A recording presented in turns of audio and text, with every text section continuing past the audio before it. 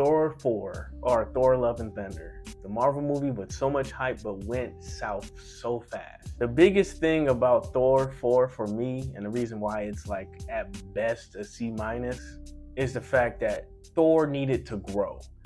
Thor saw his mother die, his brother die, his father die, half of his kingdom die, and then half of the universe died.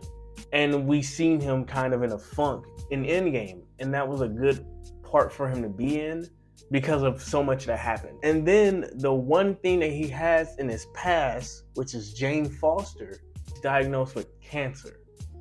That should have been found out way earlier in the story, and that should have been something that Thor has to accept, because again, he's really bad at accepting loss.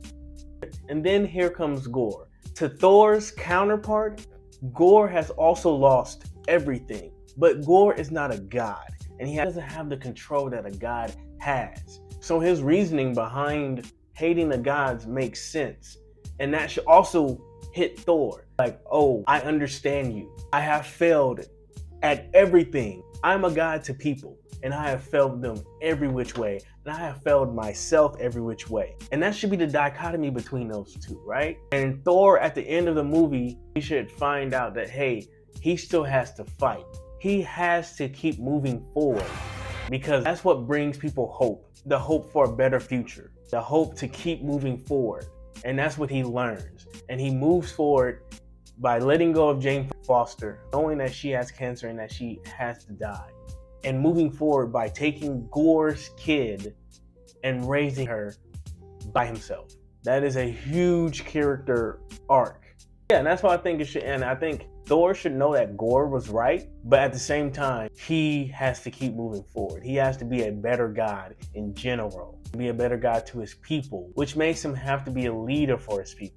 This is the defining moment. He has to learn something from being with the Guardians of the Galaxy. Like, come on now. Point, he's like, hey, I need to be the king, but I can't be a diplomatic king. I need to show my people how to keep moving forward.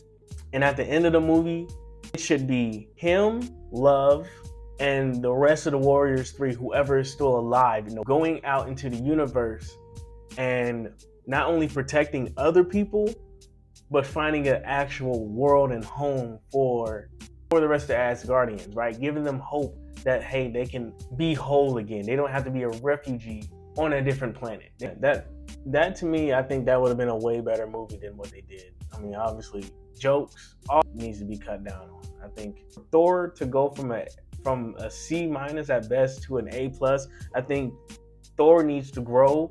I think he needs to be able to let go and move on in a more defining way. He needs to prove that. And I think Gore needed to be more of a dichotomy, and Gore needed to be able to be sympathized with instead of just being an evil guy. And finally, the Asgardians needed to be able to be pulled together as a unit and have something to then move forward with, right? Also, Thor just needs to be in space. Like, he can't be that strong on Earth.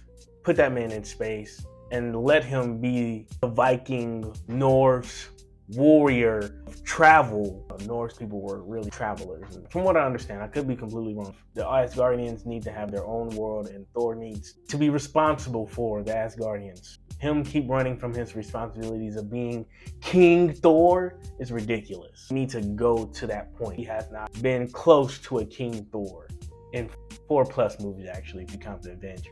That's why I think that movie should go. If you agree or disagree, let me know in the comments below.